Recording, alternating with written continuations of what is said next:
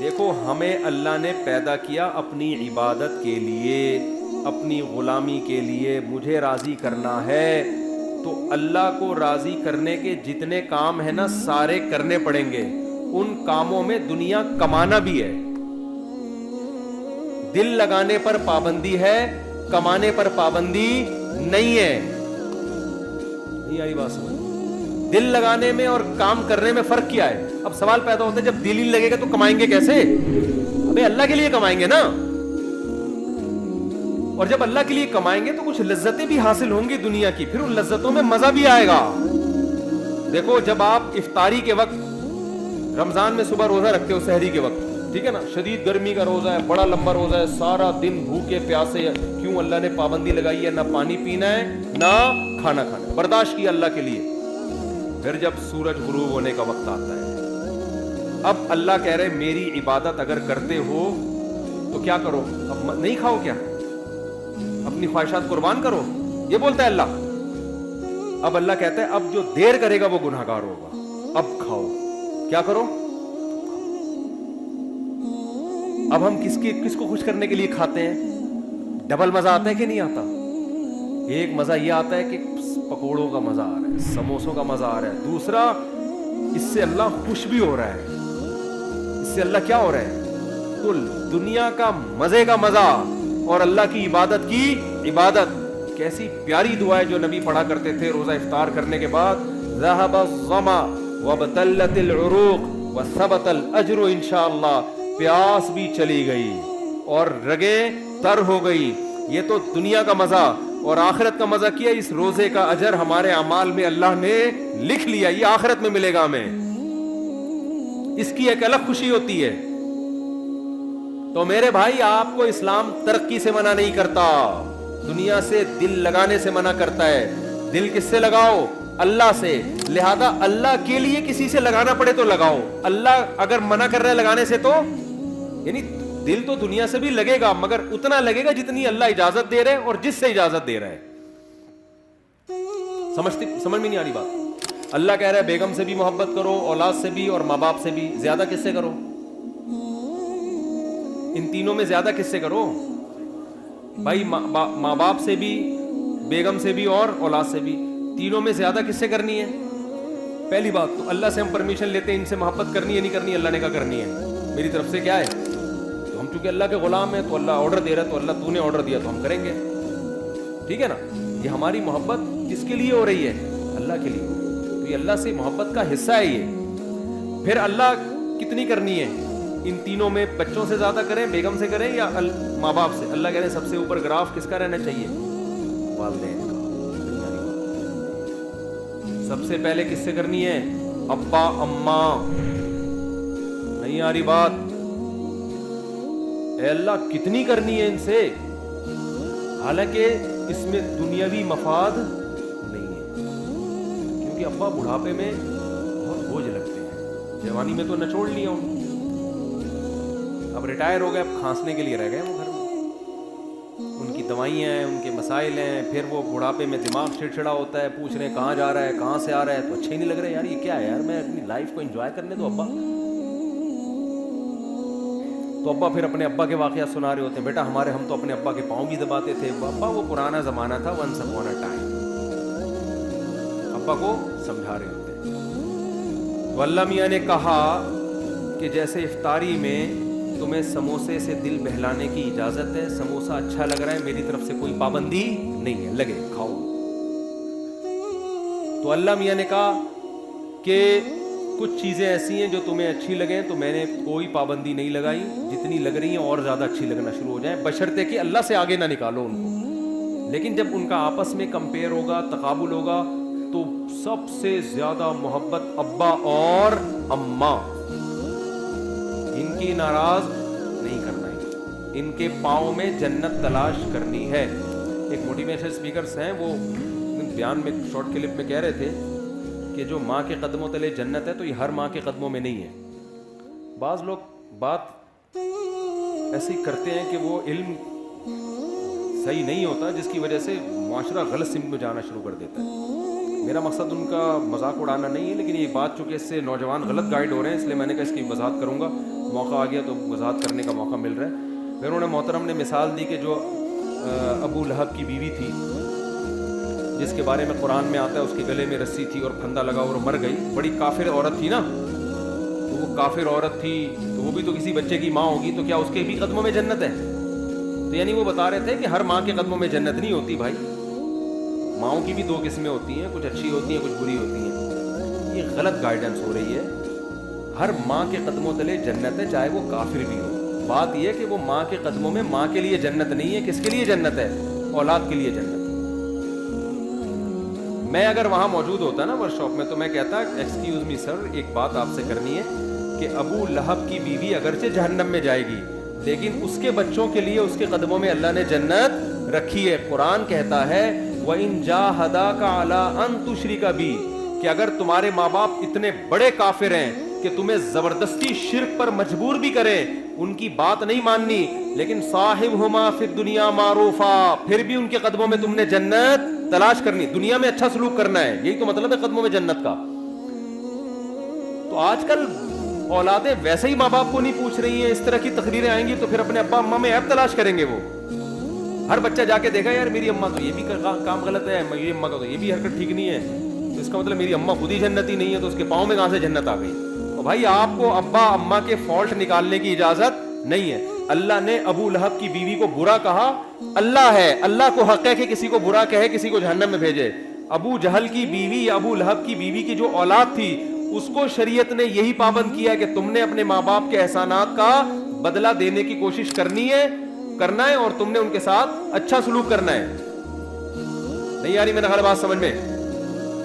آپ کو تو حکم ہے کہ آپ کے ابا اچھے ہیں برے ہیں, بھائی آپ کو اچھا سلوک کرنا ہے. تو اللہ میاں, میں یہ کہہ رہا تھا کہ بس بات ختم کر رہا ہوں, ترقی میں پیچھے جب رہیں گے جب یہ اللہ کے لیے نہ ہو یا آپ کوشش ہی نہ کرو.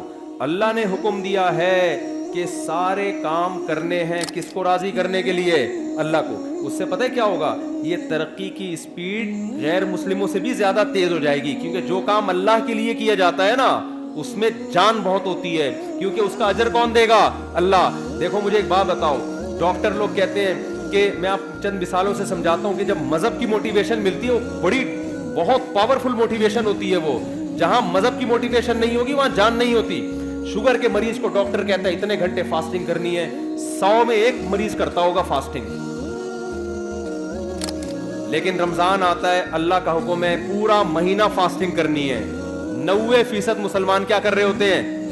روزے رکھ رہے ہوتے ہیں, گرمیوں میں بھی سردیوں میں بھی. نہیں آ رہی میرا خیال ہے بات سمجھ. کیوں بھائی؟ اللہ کس کا آرڈر ہے؟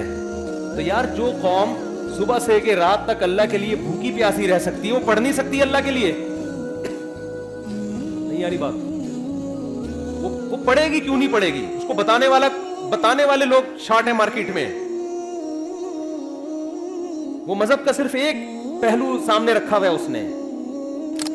اور سب سے بڑی بات یہ کہ یہ کام تھا ہماری حکومتوں کا. حکومتیں ذمہ داری پوری نہیں کر رہی ہیں. پڑھائی کا نظام تو دیکھو نا. کوئی بھی مجھے آگے کہتا ہے نا اسکول میں پڑھتا ہوں, میں کہتا ہوں پڑھتا نہیں ہے, یہ بولو کہ میں اسکول میں نہیں پڑھتا ہوں, جھوٹ نہیں بولا کرو. تو یہ تو سسٹم مذہب کا نہیں ہے. یہ خرابی جو ہم ترقی میں پیچھے, ہمارے حکمرانوں کی پالیسیاں ہیں.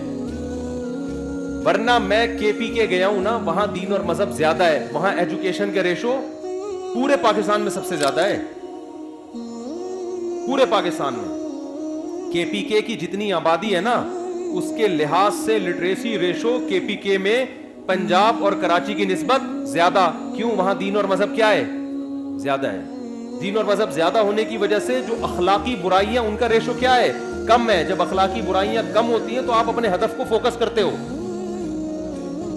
تو اس لیے اللہ آپ کو ترقی سے منع نہیں کر رہا. المومن القوی خیر من المؤمن الضعیف. حدیث میں آتا ہے طاقتور مومن اللہ کو کمزور مومن سے زیادہ محبوب ہے.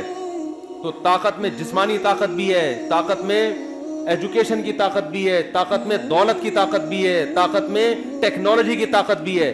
لیکن یہ تمام طاقتیں کس کے لیے ہوں گی؟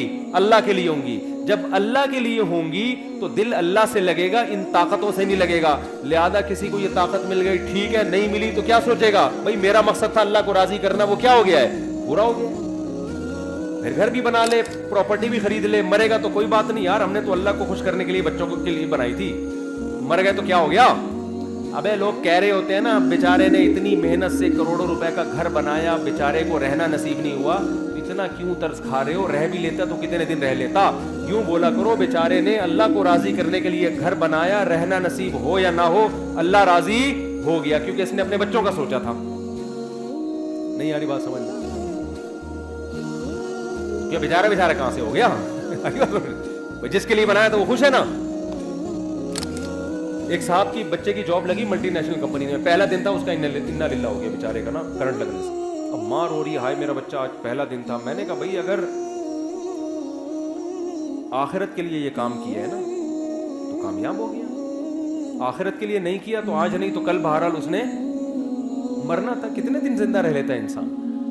تو مسلمان کیا سوچتا ہے ہر چیز میں. تو ہم تو آپ کو زیادہ, ہم تو کہہ رہے ہیں اپنی صحت بنانا یہ مذہب کا حکم ہے. دیکھو آپ کہتے ہو نا آخری بات, بار بار آخری کر کے سچی مچی کی آخری, کر لوں آخری. دیکھو ہم کیا کہتے ہیں, علماء کیا کہتے ہیں, میں کہ میری کیا اوقات, شریعت کیا کہتی ہے.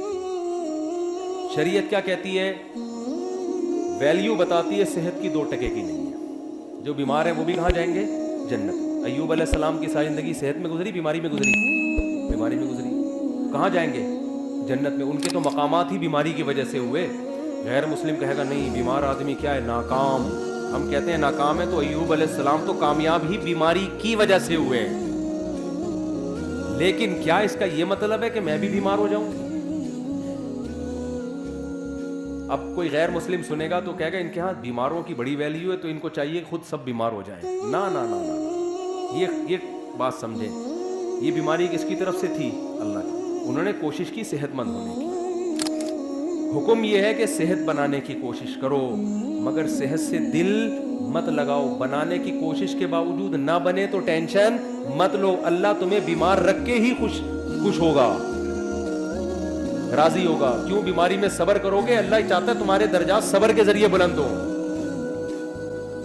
کرنے سارے کامیابی کے راستے کو اختیار کرنا ہے, لیکن راضی اس پہ رہنا ہے جو کون چاہے گا, اللہ. پیسہ کمانے کی کوشش کریں, نہیں آتا ٹینشن نہیں لینی ہے. ریڈی لگائے ٹماٹر کی, بولے اللہ میرے ٹماٹر پہ کیا ہے, خوش ہے, میں اسی میں خوش ہوں. ہمارا مسئلہ سارا یہ ہے کہ ہم زمین پہ باپ بن گئے ہیں. آپ کہتے ہیں میری ارننگ اتنی ہونی چاہیے, میرا بحریہ ٹاؤن میں پلاٹ کیوں نہیں ہے, ہونا چاہیے. میں کرائے کے گھر پہ کیوں رہ رہا ہوں, میرا ذاتی گھر ہونا چاہیے. اللہ کہتے ہیں نہیں چاہیے. ایوب علیہ السلام چاہتے تھے کہ میری صحت اچھی ہو جائے. انہوں نے کہا اللہ مجھے صحت دے دے. اللہ نے کہا ابھی نہیں ملے گی. انہوں نے کہا ٹھیک ہے اسی میں راضی ہوں میں. صحیح ہے نا, جب اللہ اسی میں خوش ہے تو ٹھیک ہے, میں کیا کروں, اسی میں راضی ہوں. اللہ نے آپ کا سارا اہل و عیال آپ سے چھین لیا, موت دے دی سب کو. ان کو چاہیے تھے اہل و عیال, بچے. اللہ نے کہا نہیں دوں گا. انہوں نے کہا ٹھیک ہے میں اسی پہ خوش ہوں. پھر جب دیکھا اللہ نے ہر طرح سے ایوب علیہ السلام کو آزمایا, آخر میں دیکھا کہ ان کی زبان سے ساری زندگی ناشکری کا ایک جملہ نہیں نکلا. تو بعضوں کو اللہ دنیا میں نعمتیں لوٹا دیتا ہے, بعضوں کو آخرت میں. ایوب علیہ السلام کو چونکہ واقعہ قرآن میں بیان کرنا تھا, اللہ نے دنیا میں, اللہ نے ان کو صحت بھی دی. انہوں نے کہا اللہ تو نے مجھے صحت دی ہے, مجھے میری آل اولاد بھی واپس چاہیے. اللہ نے سب کو زندگی دی, آپ کا پورا خاندان آباد کر دیا. اور اس بیماری کی حالت میں ٹڈیاں گری سونے کی ایوب علیہ السلام کے اوپر. بخاری کی حدیث ہے, جب ایوب علیہ السلام کو صحت ملی نا تو ٹڈیاں سونے کی, حالانکہ دولت ویسے ہی مل چکی تھی ایوب علیہ السلام کو, تو وہ ٹڈیاں جمع کر رہے ہیں سونے کی.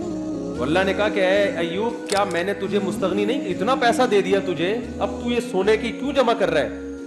ایوب علیہ السلام نے کیا کہا, اے اللہ میں تیری رحمت سے مستغنی نہیں. بات آ رہی ہے سمجھ میں, کہ جب تو دے رہا ہے تو پھر میں لوں گا, پھر میں نہیں کہوں گا کہ مجھے نہیں چاہیے. جب تو نہیں دے رہا تھا تو میں اسی میں انجوائے کر رہا تھا, خوش تھا میں اس میں, صبر کر رہا تھا. انجوائے کا مطلب صبر کر رہا تھا, میں راضی تھا. جب تو دے رہا ہے تو پھر تو لیں گے نا. لوگ پتہ ہے مولویوں سے یہ تصور رکھتے ہیں کہ غریبی یہ رہے, پیسہ آئے تو بھی ٹکرے مارے گے, نہیں چاہیے, سارے پکوڑے سموسے ہم ہی کھائیں. یہ مولوی لوگ رکشے میں ہی جائیں, W11 میں لٹک لٹک کے جائیں. تو بھائی اگر کسی مولانا کے پاس پیسہ ہے یا گاڑی ہے, وہ تو ضروری نہیں جس کے پاس گاڑی ہو پیسہ بھی ہو, یہ جس کی 4 بیویاں ہو پیسہ بھی ہو, یہ ضروری نہیں ہے. ہمارے نبی کی 9 بیویاں تھیں, پیسہ نہیں تھا. علماء کو تو ویسے ہی لوگ گاڑی میں بٹھا کے لے جا رہے ہوتے ہیں, اور اگر آ بھی گیا ہے پیسہ تو بھائی جب آ رہا ہے تو پھر تھوڑی ہے کہ لات مارو اس کو, پھر تو آنے دو, اللہ کی نعمت ہے.